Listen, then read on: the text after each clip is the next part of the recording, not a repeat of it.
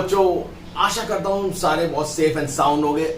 आज अब मैं बहुत टाइम के बाद क्लास 12th के लिए एक वीडियो लेके आया हूँ, वो भी बहुत बड़े यूनिट की कैलकुलस, जिसका वेटेज होता है 40 to 44 मार्क्स का।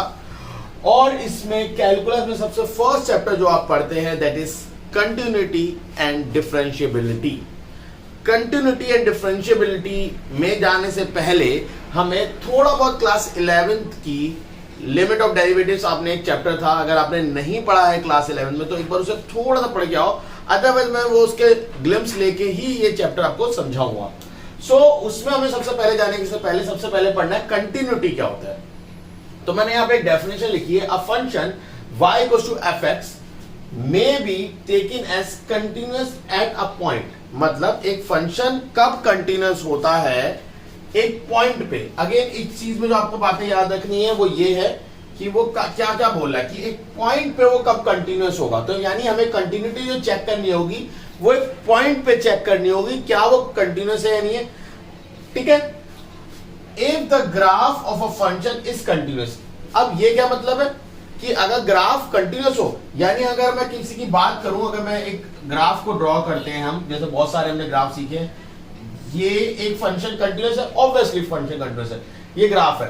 बट अगर मैं इसको तोड़ दूं और इसकी जगह पे यहां से ऐसे जो नीचे निकल रहा है वो कर्व ऐसे ही है, बट मैं उसे यहां से बनाऊं, ठीक है, ऐसे लाके यहां तक, और फिर यहां से ये खाली गोला, यहां पे खाली गोला पता है ना क्या, यानी वो पॉइंट यहां पे इंक्लूडेड नहीं है क्योंकि वो यहां इंक्लूड हो चुका है, एक्स की वैल्यू यहां पे इंक्लूड हो चुकी है, तो ये इंक्लूड नहीं है, तो यहां से खाली। क्या आप इस कर्व को बिना पेन उठाए ड्रॉ कर सकते हो?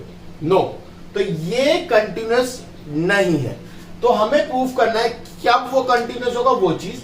तो if the graph of a function is continuous, अगर वो इस तरीके से है तो वो कंटिन्यूस नहीं होगा। इसके बाद मैं एक और चीज बताना चाहता हूं, इसे हम बोलते हैं जंप, यहां से यहां जंप कर गई। अगर यही चीज ऐसी होती तो आप तब क्या बोलते? एक सेकेंड। अब बट यहां पे नहीं, कहीं भी मैंने हटाया और यहां पे खाली गोला, यानी इस पर्टिकुलर वैल्यू पे इसका आंसर ये मान लो यहां है नीचे, मतलब ये पूरा कर्व है, बट इस वैल्यू पे ये यहां पे कर्व है और बाकी सब पे कुछ है। तो क्या ये कंटिन्यूस होगा? अगेन ये कंटिन्यूस नहीं होगा, और इसको बोलते हैं होल। तो अगर किसी ग्राफ में अगर होल हो या कोई ग्राफ जंप कर रहा हो, जैसे मैंने अभी आपको दिखाया, तो क्या वो कर्व या वो फंक्शन कंटिन्यूस होगा? ऑब्वियसली वो फंक्शन कंटिन्यूस नहीं होगा। समझ में आ रही है बात? नहीं आ रही है? क्योंकि डिफरेंशिएबिलिटी का एक तरीके से जो दामन थाम के चलता है कंटिन्यूटी। अगर आपने कंटिन्यूटी पढ़ ली अच्छे से तो आप डिफरेंशिएबिलिटी अच्छे से कर पाओगे, क्योंकि डिफरेंशिएबिलिटी की सबसे पहली कंडीशन है कि फंक्शन शुड बी कंटिन्यूस। तो अगर कंटिन्यूटी नहीं पढ़ी तो डिफरेंशिएबिलिटी तो भूल जाओ। ठीक है, ये काफी हद तक हेल्प करते हैं डिफरेंशिएशन को समझने में डीपली। ठीक है, डिफरेंशिएशन तो वैसे फॉर्मूले के बेसिस पर करोगे तो पूरा एंटायरली डिफरेंट चैप्टर है, बट इसके थ्रू जाओगे तो समझ में आएगा। अब डेफिनेशन के आगे चलते हैं, that is unbroken on both of a point. ये डेफिनेशन बुक में लिखी तो होती है, बट हम समझ नहीं पाते कि ये क्या बोलना मांग रहा है, कि यहाँ पे unbroken on both side of point. मतलब अगर आपको याद हो, मान लो ये पॉइंट था, मैं मान लेता हूं इस पॉइंट का नाम है 2। ठीक है, तो 2 पे जब मैं वैल्यू लेके आ रहा था तो, और ये पॉइंट मान लेते हैं 1, ये 1 मानते हैं, ये 2 मानते हैं, ये 3 मानते हैं, तो ये 3 पॉइंट पे था। तो हम मान के चलते भाई 3 पॉइंट पे कुछ ना कुछ उसका आंसर आना चाहिए था। ठीक है, तो 3 पे ये आंसर आना चाहिए था। अगर मैं इस तरफ से आ रहा हूं, अगर मैं नेगेटिव वैल्यू x की नेगेटिव वैल्यू से आ रहा हूं, तो मैं सोचूंगा इस पॉइंट तक 2 तक, तो मैं सोचूंगा भाई मेरा आंसर शायद 3 है। और अगर मैं इधर से आ रहा हूं भागता हुआ वैल्यू को लेके, तो मैं बोलता हूं भाई मैं अभी मतलब x की बहुत बड़ी वैल्यू से भागता कहां तक आ रहा हूं, 2 की तरफ आ रहा हूं, यानी x की 2, तो मैं बोलूंगा भाई ये तो 3 आंसर दे रहा है। और जैसे मैं 3 पे पहुंचा है, ये तो आंसर 0 दे रहा है। जैसे मैं पहुंचा 3 पे तो मैंने कहा ये तो आंसर 0 दे रहा है। मतलब जब लेफ्ट साइड से आ रहा था तो मुझे दिखने में ऐसा लग रहा था यार इसका आंसर तो 3 आएगा, और जब मैं राइट साइड से आ रहा था तो भी मुझे ऐसा लग रहा था इस लिमिट के कि भाई इसका आंसर तो 3 आ रहा है, बट जब मैं लिमिट पे पहुंचा तो वो आंसर नहीं आया। तो सबसे पहली जो कंडीशन कह रहा है कि unbroken on both the side of the point, यानी दोनों तरफ वो एग्जिस्ट करना चाहिए। तो सबसे पहली चीज जो है वो function should be exist, function exist करे, कि फंक्शन जो लिमिट्स दे रखी है उनमें एग्जिस्ट करे। सबसे पहले तो ये होता है, ये तो हमें चेक, क्या मोस्ट ऑफ द टाइम हमें क्वेश्चन में गिवन होता है कि फंक्शन एग्जिस्ट करता है। कई बार फंक्शन कौन से एग्जिस्ट नहीं करेगा, मैं बोल दूं fx इक्वल टू 1/x, अगर मैं एक बात बताऊं तो fx equal to 1/x function मान लो तो x इक्वल टू 0 पे एग्जिस्ट नहीं करेगा। तो अगर मैं ये लिमिट दे रखी है फॉर ऑल रियल नंबर, तो मैं गलत बोल रहा हूं, फंक्शन 0 पे एग्जिस्ट नहीं करेगा, तो ये बात गलत हो गई। बट अगर मैंने उसे बोल दिया कि 0 को छोड़ के बाकी को एक पर्टिकुलर लिमिट दे दी तो यस ये एग्जिस्ट करेगा। सो फंक्शन सबसे पहले तो एग्जिस्ट करना चाहिए, और दूसरी कंडीशन क्या होती है कि लिमिट शुड बी एग्जिस्ट, यानी LHL और RHL बराबर होने चाहिए, ठीक है, ऑन बोथ साइड, मतलब जब पॉइंट के लेफ्ट साइड और पॉइंट के right side should be equal. अभी ये एग्जांपल लेके मैं आपको समझाऊंगा अभी, तो अभी फिलहाल आप समझो कि लिफ्ट, और फिर बाद में वो एक लाइन और बोल रहा है कि close to the including the point itself, वो पॉइंट पे भी एग्जिस्ट करना चाहिए। तो लिमिट की अगर मैं कंडीशन की बात करूं कि कंटीन्यूअस कब मैं प्रूफ कर सकता हूं, तो कंटीन्यूअस की 3 कंडीशन प्रूफ करने की, कि function should be exist, function exist करे, most of the time function exist करता है। सेकंड कंडीशन जो होती है कि LHL और RHL should be there and equal, और ये किसके इक्वल होने चाहिए, उस पर्टिकुलर पॉइंट, यानी अगर ये पॉइंट यहां से उठा के मैं अगर यहां पे दे दूं तो यानी ये कर्व तो फिर ऐसा ही हो जाएगा ना पूरा normal, and this is now become a continuous curve. अब ये किस कैसा कर्व बन गया, ये कंटीन्यूअस कर्व बन गया। तो इसका मतलब इस पर्टिकुलर पॉइंट के लेफ्ट साइड से आओ तो भी 3 दिखेगा, राइट साइड से आओगे तो भी 3 दिखेगा, और अगर आप 2 ही डाल दोगे तो वो तो है ही 3। तो LHL पहले लिखते थे LHL और RHL, अब उसको थोड़ा सा अलग तरीके से लिखेंगे। जैसे अब पॉइंट क्या है 2 के लिए हम देख रहे हैं, तो लिखेंगे, अब जो लिखेंगे limit x tends to 2 minus LHL के लिए, यानी लेफ्ट से थोड़ा सा माइनस, और RHL के लिए क्या लिखोगे, limit x tends to 2 plus, यानी 2 के थोड़ा आगे की तरफ से आ रहे हैं, और F2, ये दोनों के दोनों, या fx भी लिख सकते हो, और यहां पे लिमिट x टेंड्स टू 2, तो ये तीनों इक्वल होने चाहिए, तब जाके आप बोल पाएंगे yes function is exist and continuous. ठीक है, तो इतनी बात समझ है, तो please pause the video and note it down. इसके बाद हम एक एग्जांपल को देखेंगे एंड देन उस पर चलते हैं, ठीक है, तो please pause the video and note it down. चलिए बच्चों, 4 मैंने फंक्शन लिख रखे हैं, चेक करते हैं क्या ये फंक्शन कंटीन्यूअस है भी या नहीं। तो अगर फिलहाल मैं इस फंक्शन की बात करूं तो 0 पे 0 ही होगा, 1 डालूंगा तो इसकी वैल्यू 2 होगी, यानी यहां कहीं 2 डालूंगा तो 4 होगी, यानी यहां कहीं, और ऐसे यहां 1 डालूंगा तो -2 होगी, और ये यहां पे 4 होगी। तो यानी ये फंक्शन एक कंटीन्यूअस फंक्शन होगा, ठीक, और इसका ऐसा कुछ ग्राफ बनेगा, और ये फंक्शन कैसा होगा, एक कंटीन्यूअस फंक्शन होगा, 1 पे 2 वैल्यू होगी, 2 पे 4 वैल्यू होगी, and should be a continuous function. अब इस फंक्शन की बात करता हूं कि जब उसकी वैल्यू 0 से छोटी या 0 भी है, इक्वल भी है, तो 1 हो। इसका मतलब अगर मैं ग्राफ को ऐसे ड्रॉ करता हूं तो मान लेते हैं ये 1, ये 2, ये 3, ये 4, ठीक है। तो अगर x की वैल्यू लेस देन 1 है, लेस देन 0 है, या 0 भी है, तो वो ये वाली वैल्यू है 1, उसका आंसर क्या होगा 1, ठीक है। बट अगर उसकी वैल्यू x की वैल्यू, यानी देखो ये x एक्सिस होती है, ये वाली भाई, ठीक है, दिस इज x एक्सिस, तो x एक्सिस इसके इधर, यानी ओरिजिन के इधर पॉजिटिव, इधर नेगेटिव, तो नेगेटिव है तो 1 आंसर है, यानी x equal y equal to 1 है। और अगर वो x की वैल्यू ग्रेटर है, यानी पॉजिटिव है, तो वो 3 आंसर है, बट इस पे कोई इक्वल नहीं है, तो यहां 3 के बाद के जितने भी नंबर होंगे उन सब पे वो एग्जिस्ट करेगा, बट इस पे नहीं। तो क्या ये कंटिन्यूअस होगा, नहीं, यहां से यहां लगाया, यहां से ऊपर बनाने के लिए आपको पेन लिफ्ट करना ही पड़ेगा, तो इट्स नॉट कंटिन्यूअस।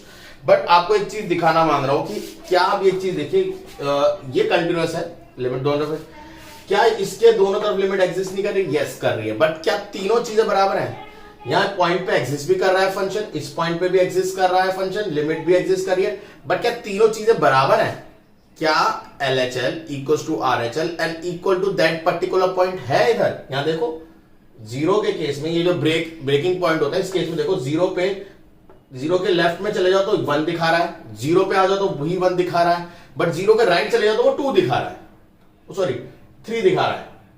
ठीक, यहां 3 लिख देता हूं। ठीक, तो कहां है वो इक्वल?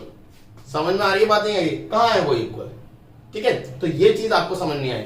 अब इधर देखो, कहने को अगर मैं इसको x-2 और x-1, ठीक है, और x-2 ऐसे लिख लूं, तो यहां पे ये x-2 से x-2 कट जाएगा और वैल्यूज आपको देता रहेगा x = 1। बट जब हम इसका ग्राफ हम आपको ड्रॉ करके देते हैं, जब हम चीज का ग्राफ बनाते हैं, तो यहाँ पे ये चीज ऐसे नहीं आएगी, इसमें कुछ ना कुछ एक पॉइंट रह जाता है, क्योंकि x = 1 ही रह जाएगा।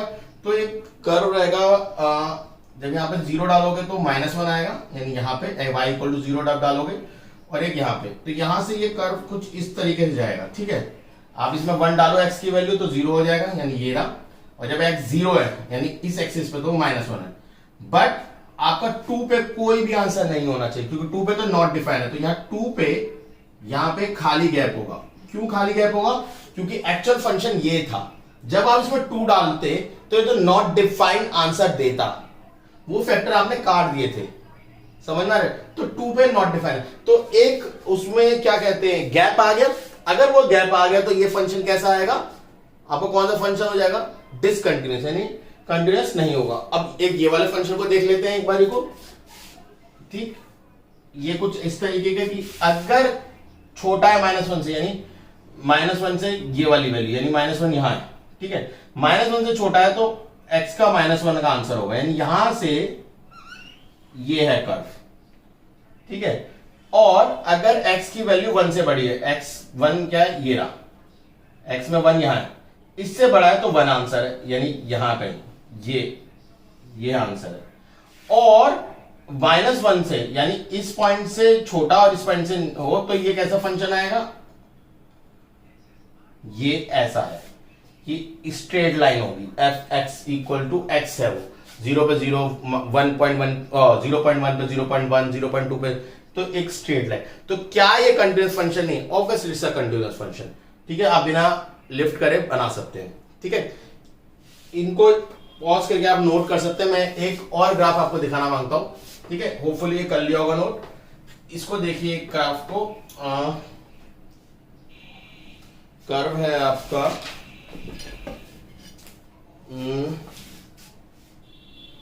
f(x = 1) जब x की वैल्यू > 0 है, और x² जब वो x की वैल्यू <0 है। तो अगर मैं इसको ड्रॉ करूं कि 0 से जब वो छोटा है तो it should be like this, ये कुछ ऐसा, सॉरी कर्व आएगा ये। ठीक, it should be like this curve, और जब वो 0 से बड़ा है तो उसकी वैल्यू 1 है। तो अब मुझे बताओ, क्या ये एक जगह 0 इक्वल है? हाँ, ये 0 इक्वल यहां पे है, तो ये पॉइंट यहां पे है, यहां पे खाली पॉइंट होगा ये। ठीक है, ओके, तो इसका मतलब क्या लिमिट के 0 से पहले वो एग्जिस्ट नहीं कर रही थी? लिमिट कर रही थी। 0 के बाद लिमिट एग्जिस्ट नहीं कर रही? कर रही है, बट लिमिट उस पॉइंट पे दोनों इक्वल नहीं है, तो वो डिसकंटिन्यूअस फंक्शन है। तो मोटा मोटा डेफिनेशन आपको समझ में आ रही होगी कि फंक्शन एग्जिस्ट करना चाहिए, फंक्शन आपका LHL और RHL और उस पॉइंट पे इक्वल होने चाहिए, तब आप उस फंक्शन को क्या बोल सकते हो? कंटिन्यूअस फंक्शन बोल सकते हो। अभी फंक्शन का एग्जिस्ट, और अब मैं 4 डायग्राम बनाऊंगा और देखेंगे क्या वो एग्जिस्ट कर रहे हैं नहीं कर रहे हैं। So please pause the video and note it down. चलिए बच्चों, 4 ग्राफ मैंने बनाए हैं। 4 ग्राफ को चेक करना है क्या वो फंक्शन डिफाइंड है, क्या लिमिट एग्जिस्ट करती हैं, और करती हैं तो क्या दोनों लिमिट और उस पर्टिकुलर पॉइंट पे वो दोनों इक्वल है। यानी हमें 3 चीजें देखनी होंगी, और अगर तीनों चीजें एग्जिस्ट करती हैं तो हम बोलेंगे यस, फंक्शन इज कंटिन्यूअस। तो ये वाला फंक्शन ये ऐसा है, तो डिफाइन, हाँ लेफ्ट साइड में भी है, राइट साइड में भी, और एक पर्टिकुलर पॉइंट पे जहां नहीं था तो वहां ऊपर है। अगर आप ऊपर देख लोगे a और fx, तो देखो a और कुछ नहीं है, a x की ही वैल्यू है, तो कोऑर्डिनेट में ये समझ में आ गया। और y क्या होता था? fx होता था। तो a को इसमें डाला तो y की वैल्यू आएगी, यानी a दिखा रहा है x कोऑर्डिनेट, और fa जो दिखा रहा है वो और कुछ नहीं, x की वैल्यू जब a डल जाएगी तो y ही है। तो इससे कंफ्यूज मत होना, ठीक है। तो यस, आपका जो फर्स्ट ग्राफ है ये कंटिन्यूस है, yes it's a continuous, clear है। फिर दूसरे ग्राफ को देखते हैं, लेफ्ट साइड भी है राइट साइड में भी है, तो कंटिन्यूस वो तो है, डिफाइन तो है, ठीक है। डिफाइन देखना है, कंटिन्यूटी नहीं देखना, ठीक। अब देखो ए पे कोई डिफिनेशन ही नहीं है, कोई वैल्यू नहीं है, तो नो, कोई डिफाइन नहीं है। फिर अब आते हैं इधर, ए पे खाली गैप है और गैप को कहीं भरा नहीं है, कुछ भी नहीं दे रखा, तो ये चीज समझ में आई कि फंक्शन डिफाइंड क्या होता है और नॉट डिफाइंड क्या होता है। ये फंक्शन डिफाइंड थे, कहीं ना कहीं कुछ ना कुछ वैल्यूज थी, तो उसके सारे डोमेन्स के लिए कोई ना कोई आंसर था, तो यस हमने बोला फंक्शन डिफाइंड। जहां पे कोई डोमेन्स के लिए कोई आंसर नहीं है तो हम बोलेंगे फंक्शन इज नॉट डिफाइंड। तो इतनी बात क्लियर हुई या नहीं हुई? क्लियर है, ओके। अब आते हैं लिमिट एग्जिस्ट पे। तो भैया सीधी बात है, LHL और RHL अगर हम इधर से आ रहे होते तो यहाँ पे एक पर्टिकुलर, ये दोनों के दोनों क्या दिखा रहे होते हैं, FA के लिए तरफ दिखा रहे होते हैं, भाई FA आएगा, ये वाला वैल्यू आएगी, ये वाली वैल्यू आएगी। बट जैसे दोनों यहां पहुंचे, इसने तो ऊपर वाली वैल्यू दे दी, तो एक पर्टिकुलर पॉइंट के लिए लिमिट एग्जिस्ट कर रही है, यस लिमिट तो एग्जिस्ट कर रही है, ठीक है। इसमें देखो LHL इस FA की तरफ इशारा दे रहा है और ये इस पॉइंट की तरफ इशारा दे रहा है, तो कहां लिमिट एग्जिस्ट कर रही है? तो नो, इसके लिए कोई लिमिट एग्जिस्ट नहीं कर रही। इसमें ये भी एक नॉट डिफाइन की तरफ वैल्यू को दिखा रहा, ये भी नॉट डिफाइन की तरफ, बट वो वैल्यू क्या है वो हम में से किसी को नहीं पता। अब ये यस, ये भी इसे इसकी तरफ इशारा दे रहा था, ये भी इसकी तरफ इशारा दे रहा था, यस लिमिट एग्जिस्ट कर रही है। अब आते क्या दोनों बराबर है? इधर नहीं, दोनों आए, दोनों इसकी तरफ इशारा दे रहे थे, बट बाजी कौन मार गया? ये वाले पॉइंट भैया, तो ये तो इक्वल नहीं हो सकते। इसमें तो साफ साफ दिख रहा है कि ये तो इसे दिखा रहा था लिमिट ही LHL RHL इक्वल नहीं थे, वो तो ये सवाल ही नहीं उठता, इसको हटा ही दो। इसमें तो है ही नहीं, वैल्यू एग्जिस्ट ही नहीं करती, ये भी हटा दो। इसमें तो आंसर नहीं दे रखा ये। अब इस वाले को हम बना सकते थे अगर मैं इस पॉइंट के लिए कह दूं कि ये FA इक्वल टू ये। अब मैं इसका एक एग्जांपल भी अभी आपको दूंगा, ठीक है। तो ये आपको समझ में आया या नहीं आया? ठीक है, होपफुली चीजें समझ में आई होंगी। अब इसको नेक्स्ट वाले को देखते हैं, ठीक है। तो इसे पॉज करके नोट कर सकते हो। अब इसी का मैं एक एग्जांपल देने वाला हूं, पॉज कर लिया, वेरी गुड। तो अब जरा इस एक एग्जांपल को देखो, अगर मैं इस एग्जांपल के बेसिस पर शायद आपको समझा पाऊं अच्छे से, ठीक है। एक एग्जांपल लेते हैं, fx, मतलब कंटिन्यूटी हटाना है हमें, ये कंटिन्यूस हो जाएगा। फिर अगर मैं इसको कर दूं तो ये देखो, यहां पे अगर मैं इस वैल्यू को यहां पे दे दूं तो अभी देखो ये फंक्शन क्या है, अभी मैं समझा दूंगा इसके बेसिस पे। x² - 1 अपॉन x - 1, ये है हमारा फंक्शन।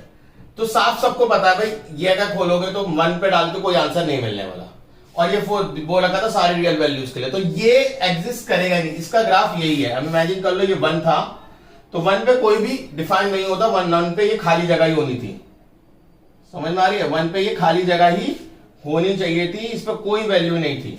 तो ये इसी कर्व को है, बाकी सबके लिए कोई ना कोई कर्व था। अब ये स्ट्रेट लाइन होगा, क्योंकि मैं इसे सॉल्व कर लूं, x+1 और x - 1 और x - 1 को डिवाइड कर दूं तो आपका x+1 ही रह जाएगा। तो x+1 तो सिर्फ इधर से ऑलमोस्ट स्ट्रेट लाइन। अगर मैं 0 डालूं x की वैल्यू तो 1 आएगा, तो ये 1 पे x की जगह 0, x0 यहाँ पे ये, तो ये 1, कुछ ऐसा कर्व था ये। अगर मैं आपको इस कर्व की बात बताऊं तो ये ऐसा कर्व था कि x0 पे ये 1 था, तो यहां पे था ये कुछ इस तरीके से, ठीक। और x1 पे कोई भी डिफाइन नहीं होगा और इसके बाद ये ऐसे जाएगा, ठीक है। ये कर्व कुछ इस तरीके से था। बट अभी मैं कह रहा हूं तो रियल नंबर के लिए कर नहीं है, तो ये बिल्कुल सही जा रहा है कि डिफाइन नहीं है, एक पर्टिकुलर वैल्यू के लिए 1 के लिए डिफाइन ही नहीं है, और एग्जिस्ट कर रही लिमिट, यस। LHL भी 1 को इसको दिखा रहा है, ये भी इसको दिखा रहा है, और मुझे पता है कि भाई मैं इसमें 1 डालूंगा तो 2 आंसर आएगा। बट क्योंकि ओरिजिनल फंक्शन में अगर मैं 1 डालता हूं नॉट डिफाइन आंसर आता, मुझे पता है लिमिट किसकी तरफ टेंड कर रही है। लिमिट टेंड कर रही है 1 पे, लिमिट टेंड कर रही है किसकी तरफ? यहां पे कौन सा नंबर है? 2 की तरफ, LHL। बट 2 पे अगर मैं 1 डाल दूं, लिमिट टेंड तो 2 की तरफ कर रही है, आंसर तो 2 आना चाहिए। बट क्योंकि एक्चुअल में 1 डालने पे कोई एग्जिस्ट आंसर था ही नहीं, तो हम बोल नहीं सकते। बट अगर मुझे इस फंक्शन को कंटिन्यूस बनाना है, तो क्या मैं इस फंक्शन को कुछ इस तरीके से बोल सकता हूं? नहीं बोल सकता हूं कि यही है फंक्शन आपका जब x की वैल्यू 1 नहीं है तो, और जब x की वैल्यू 1 है तो डायरेक्ट आंसर आपका 2 ही है। पंगा ही हटा दिया मैंने, 2 इससे नहीं आया, 2 मैंने आपको बोल दिया, तो इस जगह पे मैंने भर दी मतलब एक वैल्यू। तो जब मैंने भर दी तो मैंने ये वाली कंडीशन जो कि फॉल्स जा रही थी, अब देखो डिफाइन भी हो गया, 2 पे भी है, और ये दोनों फुलफिल हो गए, और ये फंक्शन कैसा हो गया? कंटिन्यूअस हो गया। तो फंक्शन कंटिन्यूअस के लिए आपको तीन चीजें देखनी है कि फंक्शन एग्जिस्ट करना चाहिए हर वैल्यूज पे, एलएचएल और आरएचएल एक ही पॉइंट पे आनी चाहिए, एग्जिस्ट करने चाहिए, और उन दोनों उस पर्टिकुलर पॉइंट की वैल्यू की तरफ आए। जैसे ये दोनों 2 की तरफ आ रहे थे तो 1 से जब लेफ्ट साइड से आ रहे थे तो भी 2 की तरफ दिखा रहे थे, और राइट साइड से जब आ रहे थे 1 से तो भी 2 की तरफ दिखा रहे थे, और उस पर्टिकुलर 1 पे भी 2 की तरफ ही वैल्यू को दिखा रहे थे, तब हम कहते हैं कि हमारा फंक्शन कंटिन्यूअस है। तो आज के लिए बस इतना ही, ठीक है। इसके बाद हम जो सेकंड पार्ट में चलेंगे उसमें मैं कुछ न्यूमेरिकल कुछ क्वेश्चंस कराऊंगा। पहले थ्योरी मैंने आपको समझा दी पूरी, नेक्स्ट पार्ट में हम लोग क्वेश्चंस को देखकर चलेंगे। So please pause the video and note it down and God bless you all. और मुझे प्लीज कमेंट में बताना कि बहुत दिनों बाद मैंने आपका क्लास 12 का एक वीडियो डाला है आफ्टर द प्रोजेक्ट्स, तो मुझे बताना किस तरीके से लगा। और प्रोबेबिलिटी का और प्रोजेक्ट का लिंक मैंने डिस्क्रिप्शन में डाल दिया गया, किसी को प्रोबेबिलिटी को देखना है या आपके प्रोजेक्ट को देखना है जो क्लास 12 के लिए इस्तेमाल हो रहा है, आप दोनों को देख सकते हैं। सो प्लीज कमेंट करके बताना कि कैसा लगा, और नेक्स्ट पार्ट फिर मैं उसी हिसाब से जल्दी जल्दी अपडेट करके डालूंगा। सो गॉड ब्लेस यू गाइस। अच्छा लगा तो like share and subscribe. Thank you.